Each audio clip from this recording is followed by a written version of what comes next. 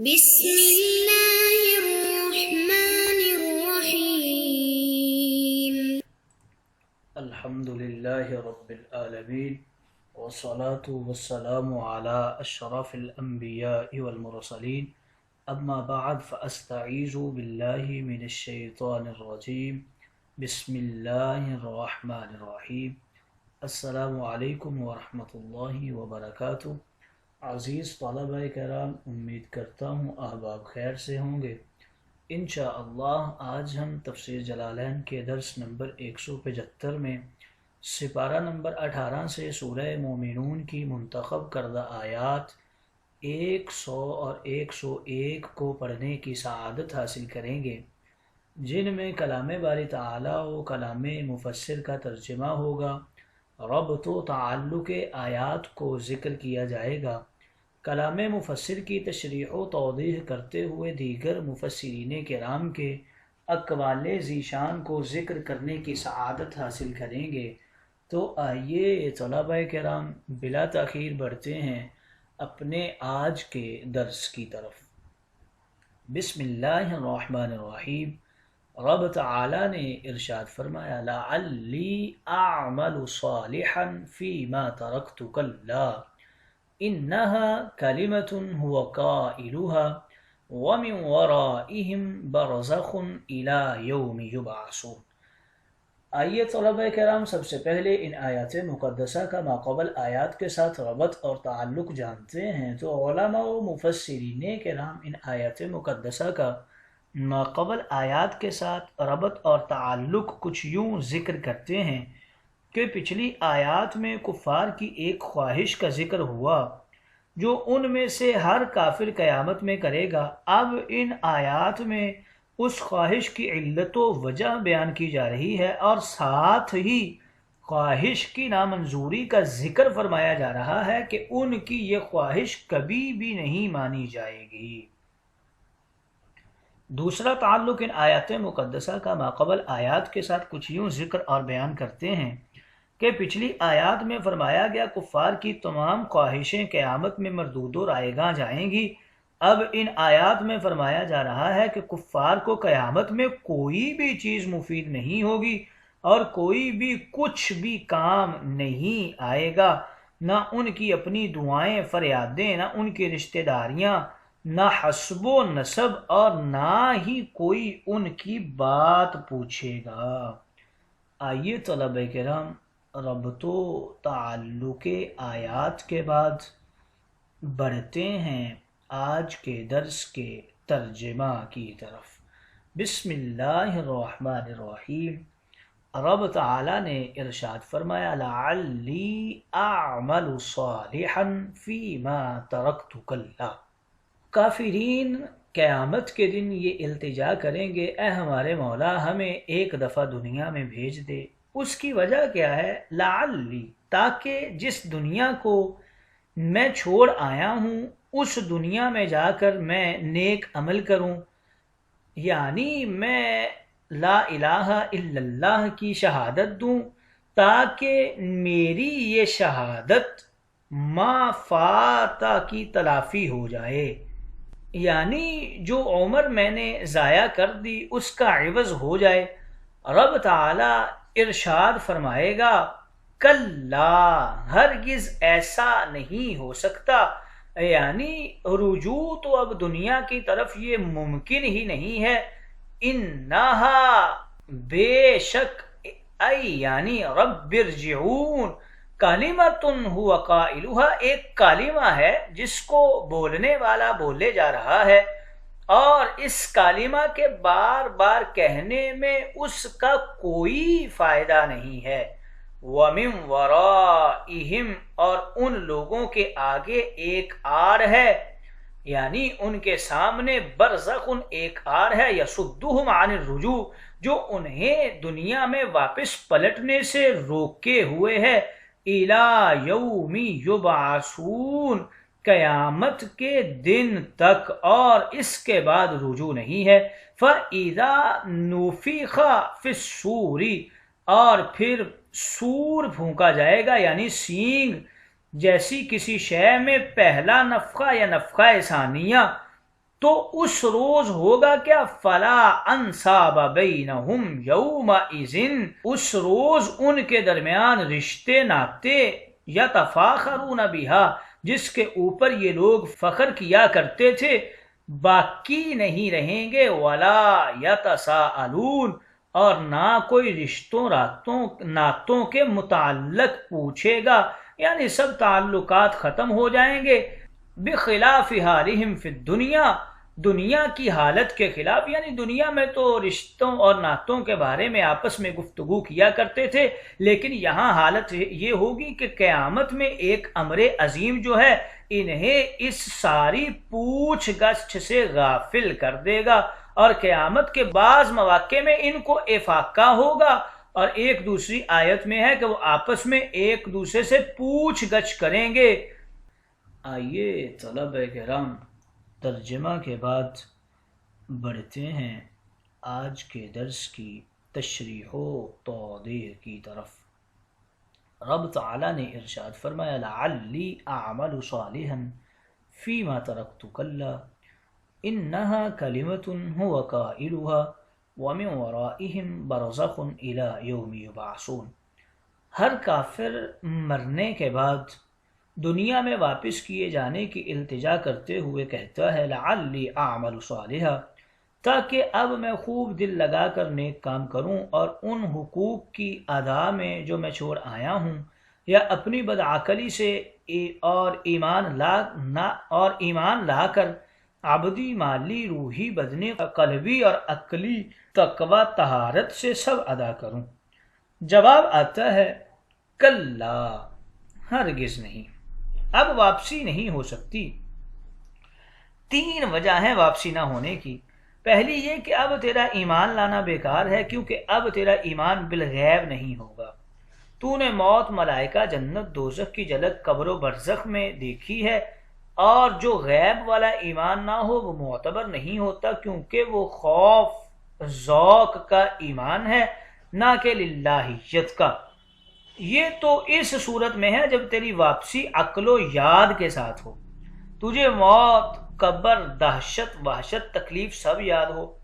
اور دوسری وجہ رجعت نہ ہونے کی یہ ہے کہ یہ اگر پہلی زندگی کی مثل تجھ کو بچوں کی طرح بے عقل اور بے شعور بنا کر واپس کیا جائے، اور تجھے یہ لعلی کا وعدہ، موت اور قبر کا نظارہ کچھ بھی یاد نہ ہو، تو پھر دنیا میں بے دینی، بدعملی، شیطانی، طغیانی کا فتنہ فساد مچائے گا۔ اور تیسری وجہ یہ ہے کہ ایمان بالشہادہ کسی کا معتبر نہیں۔ جب ملائکہ اور جنت دوزخ کو دیکھ لیا تب ایمان قبول کرنا معتبر نہیں۔ ان وجوہ سے دوبارہ دنیا میں بھیجنے کا قانون ہی نہیں بنایا گیا۔ نہ آزمائے کو آزمانا مفید، نہ ایمان بالشہادہ مفید، نہ ڈر یا لالچ کا ایمان قبول ہے، چونکہ امتحان الہی ایک بار ہی ہوتا ہے، اس لیے خوش قسمت کی کامیابی اور بدقسمت کی ناکامی بھی ایک بار ہی ہے، لہٰذا دوبارہ امتحان گاہ دنیا میں کسی کو بھی نہیں بھیجا جائے گا، نہ کامیاب کو نہ ناکام کو۔ اور کفار کی بار بار التجا، وعدہ ایفا، تو وہ انہا کلمۃ هو قائلها، بے شک یہ سب التجائیں دہشت موت اور وحشت قبر دیکھ کر گھبراہٹ سے مایوسی کا ایک کلام ہے جو اب اس کو کہنا ہی ہے، اور یہ بار بار اسے کہہ رہے ہیں۔ مصیبت میں پڑا ہوا تو ہر گندا مندہ بھی بندہ بن جاتا ہے، ایسی بندگی نہ اللہ کو پسند ہے نہ رسول اللہ کو۔ اب تو بس قیامت ہی کی طرف لوٹنا ہے۔ وَمِن وَرَائِهِمْ بَرْزَخٌ إِلَى يَوْمِ يُبْعَثُونَ، اور قیامت اور مرنے والوں کے درمیان لمبی، مضبوط، موٹی، بلند آڑ ہے، اس دن تک جب کہ سب نیک و بد حشر و حساب، ثواب و عذاب کے لیے اٹھائے جائیں گے۔ اس آڑ کی وجہ سے کوئی فوت شدہ واپس نہیں آ سکے گا۔ برزخ کے حوالے سے ذکر کر رہے ہیں۔ برزخ کی تین قسمیں ہیں۔ پہلی برزخ کیفیت یعنی موت، یہ راہ برزخ ہے، روح و جسم کی جدائی، نہ دونوں مل سکیں نہ حیات پا سکیں۔ دوسرا مقام برزخ یعنی قبر، خواہ خاک میں ہو خواہ راکھ میں ہو، قبر سے کسی میت کو چھٹکارا نہیں۔ کافر کو قبر میں مقید ہونے کی وجہ سے وہاں دوزخ کی حرارت ہے، مومن کو قبر سے محبت ہونے کی وجہ سے وہاں جنت کی طراوت ہے۔ اور تیسری مدت برزخ، مومن کے لیے قیام اجسام اور کافر کے لیے فنائے اجسام، تراب بن کر یا رماد بن کر، الی یوم یبعثون، کب تک؟ اٹھائے جانے کے دن تک۔ اسی مدت قیام کا نام عالم برزخ ہے۔ اس سے کسی کو مفر نہیں، نہ ندامت کر کے نہ خوشامد کر کے۔ فَإِذَا نُفِخَ فِي الصُّورِ فَلَا أَنْسَابَ بَيْنَهُمْ يَوْمَئِذٍ وَلَا يَتَسَاءَلُونَ، پھر وقت آئے گا کہ پہلی بار سور میں پھونکا گیا تو زمین پر تمام زندوں کو یکدم مردہ کر دیا جائے گا، اور زمین میں تمام مردوں کو یکدم بے ہوش کر دیا جائے گا، اجسام بھی بے خبر، ارواح بھی۔ یہ حالت 40 سال تک رہے گی۔ اس مدت میں لا انصاب بینہم، کوئی تعلق نہیں رہے گا کسی انسان کا کسی انسان سے، نہ حکمی نہ حقیقی، نہ نبوت کا نہ اخوت کا نہ ابوت کا نہ مروت کا، نہ قومیت کا نہ حمایت کا نہ رفاقت کا، ولا یتساءلون، نہ سوال کا نہ جواب کا، بس ہر جگہ کلو من علیہا فان کا ظہور ہوگا۔ پھر 40 سال بعد دوسرا سور پھونکا جائے گا، تب سب مردوں کو زندگی اخروی سے زندہ کیا جائے گا، اور مومن کافر کی چھانٹ ہو جائے گی کہ حالات، کیفیات، درجات، مقامات سب علیحدہ علیحدہ، حقیقی نسبیت قائم ہو جائے گی، مومنین میں بھی کافرین میں بھی جان پہچان بھی ہوگی، لیکن حکمی نسبیت صرف مومنین میں ہوگی۔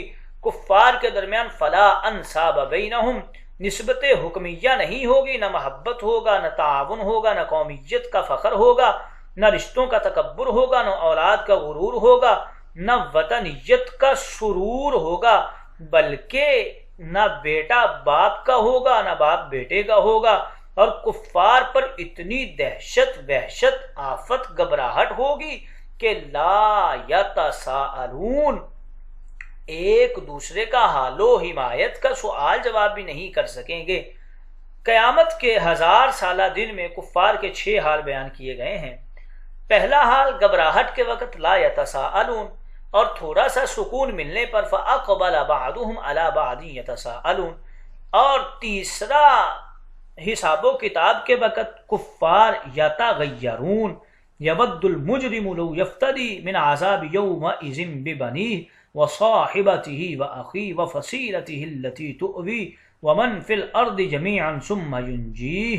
اور پھر چوتھا حال حساب و فیصلے کے بعد یتعارفون بینہم، اور پھر پانچواں حال جو کفار کا ہوگا اس وقت جب میدان محشر سے انہیں اپنا ٹھکانہ جہنم دکھایا جائے گا۔ یوم یفر المرء من اخیہ و امیہ و ابیہ و صاحبتہ و بنیہ لکل امرئ منہم یومئذ شأن یغنیہ۔ اور چھٹی حالت کفار کی بروز قیامت ولا یسأل حمیم حمیما، اور کوئی حمایتی کافر کسی حمایتی جگری دوست کو بھی نہیں پوچھے گا، کیونکہ اس وقت اتنی شدید دہشت ہوگی موت کی، اور اتنی شدت ہوگی، اتنی وحشت ہوگی، اس وجہ سے کوئی کسی سے کسی قسم کا کوئی بھی سوال نہیں کرے گا۔ یعنی قیامت کے اندر امر عظیم کی وجہ سے بعض مواقع میں تو یہ لوگ آپس میں مشغول نہیں ہو سکیں گے، لیکن جب تھوڑا سا افاقہ ہوگا پھر یہ آپس میں گفتگو کریں گے۔ حضور علیہ السلام نے فرمایا کہ بروز قیامت ہر کافر فساق کو 3 وقت بہت گھبراہٹ ہوگی، دہشت سے پتے پھٹ جائیں گے۔ پہلا وقت جب نامہ اعمال پکڑائے جائیں گے، اور دوسرا وقت جب میزان پر لائے جائیں گے، اور تیسرا وقت جب پل صراط سے گزارے جائیں گے۔ تفسیر روح البیان میں مذکور ہے کفار و فساق اس وقت بھی بہت گھبرائیں گے جب بروز قیامت اعلان ہوگا کہ آؤ حق والو اپنے حق وصول کرو، اگرچہ خاوند بیوی بیٹے ماں باپ دوست پر ہو، اور وہ حقوق فاسق کی نیکیوں سے اور کافر کے ان درجوں سے دلوائے جائیں گے کہ اگر وہ مومن ہوتا تو جنت میں اس کو ملتے۔ غرض یہ کہ یہ حالات بے بس صرف کفار و فساق کے ہوں گے، موت کی نزا میں، قبر کے عذاب و قیام میں اور حشر کے حساب میں اور پل صراط کی گزرگاہ میں، لا انصابہ کی وحشت اور ولا یتساءلون کی دہشت میں۔ آئیے طلبہ کرام ان آیات مقدسہ میں مفسرین کرام کچھ اقوال کرتے ہیں۔ لعلی اعمل کی قراءت میں دو قول ہیں، اکثر کی قراءت میں لعلی ہے یا ساکن سے، اور یہی قراءت درست ہے، اور بعض کی قراءت میں لعلیہ یا مفتوحہ کے ساتھ ہے۔